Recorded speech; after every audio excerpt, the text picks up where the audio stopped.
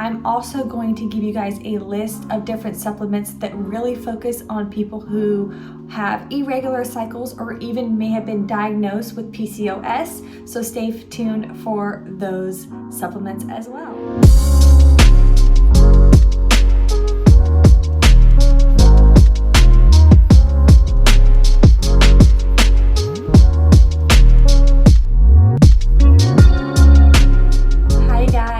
Welcome back to my channel. If you're new here, my name is Nicole and I have been sharing my journey to conceive here on YouTube with you guys. And after getting a lot of advice on different supplements I should be taking, I decided to go into a rabbit hole and look into all the different types of supplements that are recommended for people who are trying to conceive or improve their fertility. And I've gathered a lot of information for you guys, and that is what this video is about. I want to bring you everything that I have found while researching fertility supplements. But I also want to preface that by saying that I am not a doctor. This is not medical advice by any means, and I am not saying that you should be taking all of these supplements. I'm hoping by sharing this information with you, you might find some of the supplements to be beneficial to you, and maybe you'll decide to start taking them. I am not sharing the exact product you should be purchasing, so I'm not trying to recommend you purchase anything, but I am just going to share the supplement's name, why it is beneficial when it comes to fertility, and then also what the recommended amounts that I could find online from different studies and different doctors, fertility doctors that I could get research from. One more thing before I start down this long list, I do want to say most of these supplements are recommended that you take them for 90 days minimum before you will see an actual benefit to taking the supplement.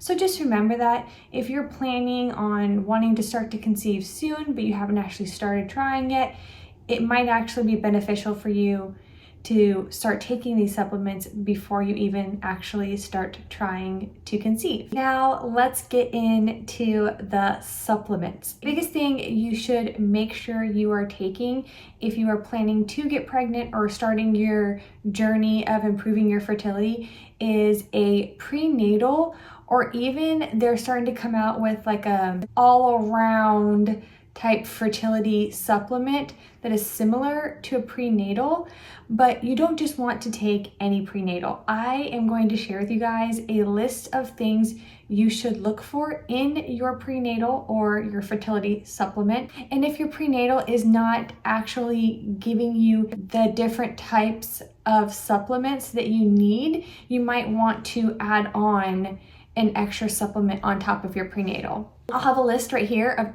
all the different things, and I'll be also sharing with you guys the recommended dosage that I could find online for fertility, right? So this is not for pregnancy necessarily. A lot of them are going to be good for you to continue to take while you are pregnant, but this is really focused on improving your fertility. So starting with number one, it is going to be folate or folic acid. It's also called B9. So those are just things to look at whenever you're reading your prescription on your prenatal. And it is directly associated with improving chances in fertility. And this has been shown in a lot of studies when it comes to IVF treatment. The suggested amount is anywhere from 400 to 1,000 micrograms. The next thing to look at is vitamin B6 and B12. These are two different vitamins, but you can a lot of times get them in like a B complex, so they can be seen together a lot. B6 is associated with improving hormonal imbalances, and it's also recommended for people who have a lot of PMS symptoms. The suggested amount for B6 is 1.2 milligrams, and the suggested amount for B12 is 2.5 micrograms. Sorry if you guys see me looking down, I'm trying really hard not to, but if you see me looking down, it's because I have all of my notes right here, because that way I want to make sure I give you guys the best information. But if I'm looking down, I apologize, that's why.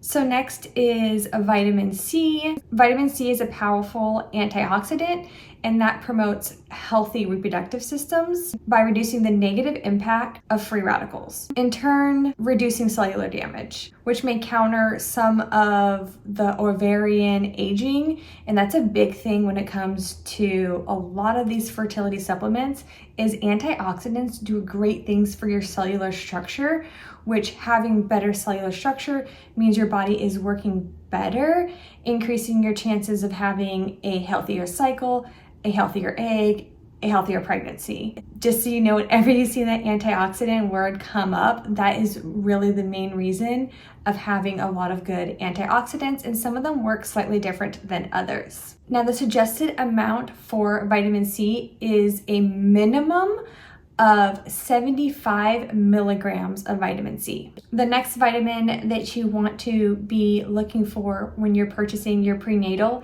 is vitamin D. Vitamin D is important for developing healthy hormones and is thought to play a role in many chronic diseases like diabetes, autoimmune disease, vascular diseases, even cancer. And having a sufficient level of vitamin D in your system also improves your chances of having a healthier pregnancy. The suggested amount of vitamin D is anywhere between 50 to 100 micrograms. Next is a vitamin E. Vitamin E works to prevent cell membrane damage, improves women's overall reproductive health, and improves egg quality directly. And the suggested amount of vitamin D you should be getting is 134 to 268 milligrams. Next is iron. Iron supplements may help women prevent iron deficiency called anemia,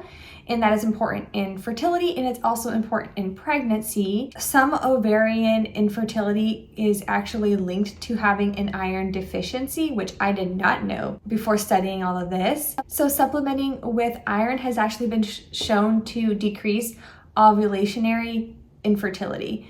So if you have infertility related to not ovulating, iron can be a big contributor to that. So it is really important to make sure you're getting enough iron, and the recommended amount of iron is actually 27 milligrams. Next is zinc. Zinc plays an important role in egg development and may actually help in the process of fertilization of an egg from the actual eggs part in fertilization, and the suggested amount is 30 milligrams. And the last thing I want to share with you guys when you're looking at your prenatal or maybe your fertility daily supplement that you're going to be looking for is important that it has a DHA, or also known as an omega-3 complex. They're kind of worded different. I see it now on prenatals listed as a DHA, but if you look in the actual list of everything on your supplement and it says omega-3s, that is the same thing as a DHA. Omega-3s have actually been shown to counter inflammation in the body, and that helps with overall health, and it also will improve a woman's egg quality. The suggested amount of DHA or omega-3s is 500 to 1,000 milligrams. So everything that I have just listed for you guys is really about finding a good prenatal or a daily supplement that is going to hit all of those different supplements in there.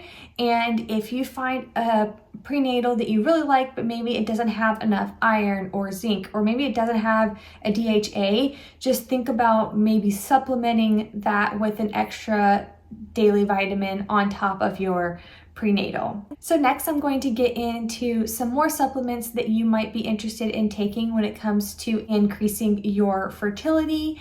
And then I'm also going to give you guys a list of different supplements that really focus on people who have irregular cycles or even may have been diagnosed with PCOS. So stay tuned for those supplements as well. So the first one is CoQ10, or I've also heard it pronounced as ubiquinol. I'm probably going to pronounce so many of these things wrong. I apologize, you guys. But CoQ10 has been shown to improve chances of pregnancy, especially in women that have been shown to have diminishing egg reserves and women who are older. The marker is kind of around that 40 age mark and older. It has really been shown to improve egg quality, but that does not mean that women under the age of 40, or maybe even if you have not been diagnosed with low egg reserve, it does not mean that you will not benefit from this, because its main purpose is focused on anti-aging, and taking CoQ10 can actually slow down or kind of prevent the aging of your eggs from happening, or at least that's what studies have shown. The suggested amount for CoQ10 is 600 to 900 milligrams a day. Next, I want to talk about L-arginine. Hopefully I'm saying that correctly. L-arginine is an amino acid that has been shown to improve blood flow, and it has been linked to helping with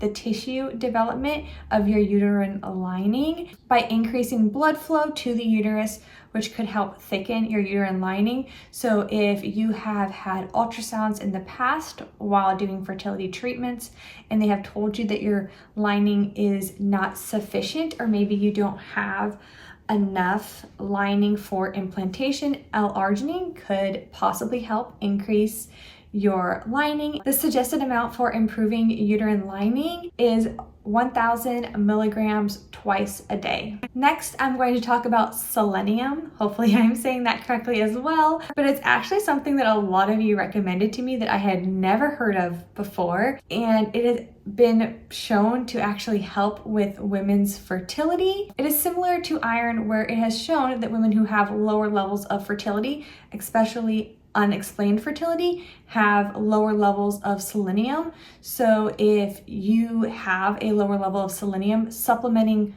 with selenium may actually improve your chances of pregnancy as well. It is suggested that you get a daily 55 micrograms of selenium. So if you're not getting enough selenium in your diet, then it would benefit you by supplementing with selenium. Now, this next one may seem a little funny to you guys, because it definitely seemed a little funny to me, because I would not have thought of this being a fertility supplement, but it is melatonin. It is another antioxidant that can assist with reversing the oxidation damage that happens to your egg, that will help improve your egg quality. It's also been shown in many studies that having better sleep quality will help with your hormonal balance. So if you are not getting the greatest amount of sleep and you want to take melatonin at night to also improve your sleep, which would also improve your hormone balance, the suggested amount for taking melatonin for fertility is 2 to 10 milligrams a night before you go to bed. From what I've read in my research, a lot of people say to start out with a lower dose and then slowly work your way up to a 10 milligram dose, as long as that is comfortable for you. I am going to get into the supplements for irregular cycles and PCOS. The first supplement is probably one that a lot of you guys have heard about. At least I know I had heard about it before, and that is Ovol. Now, that's a brand name, and it's what most people kind of refer to this mixture of, but the mixture is actually myo-inositol, which is B8, and D-chiroinositol. Hopefully I'm saying that properly, but it is a mixture of those two vitamins together, and that is what it is in Ovol. And a lot of other companies are actually coming out with their own version of Ovol, so there's a lot out there to choose from now, and it is a 4-to-1 ratio. This is really recommended to women who have PCOS, who have the metabolic issues that are really associated with PCOS, but it also has been shown to reduce testosterone levels, improve insulin resistance, and this is looked at as a more natural way of accomplishing these things, instead of taking something like metformin. And metformin is really recommended to people who have PCOS because of those qualities. It can help women lose weight. It can help with the hormonal imbalances. The suggested amount is 2,000 milligrams twice a day. Like I said before, it is that 40-to-1 ratio. So if you're taking something like Ovol or another supplement brand that is doing that mixture, it will tell you that it recommends you take it twice a day. It'll be a pill or a powder form. So just make sure you're following the instructions directly from whatever label you are using. Now this next one, I'm not even going to try to pronounce. I'm just going to say it as NAC, and I'll put the name there like I've been doing this whole time. It is another amino acid that helps with oxidation. Research has shown that Knack reduces the oxidative stress, possibly reducing chromosomal damage, leading to improved egg quality and embryo quality. So this is another supplement that has really shown great benefits when it comes to IVF. It may also reduce insulin resistance, and it has shown great improvement in ovulation in people who have been diagnosed with PCOS. It is recommended that you take 900 milligrams twice a day. Sorry you guys, that lighting was really driving me crazy. Hopefully this works. Hopefully this is better. I apologize. This video quality is probably not my best. Anyways, let's continue. The next supplement I have on my list is Vitex or castleberry, and this is another one I've had multiple comments about in my comment section, so I researched it. I didn't necessarily find it in a lot of the forums that I was reading about just fertility medication in general, so I don't know if it is newer.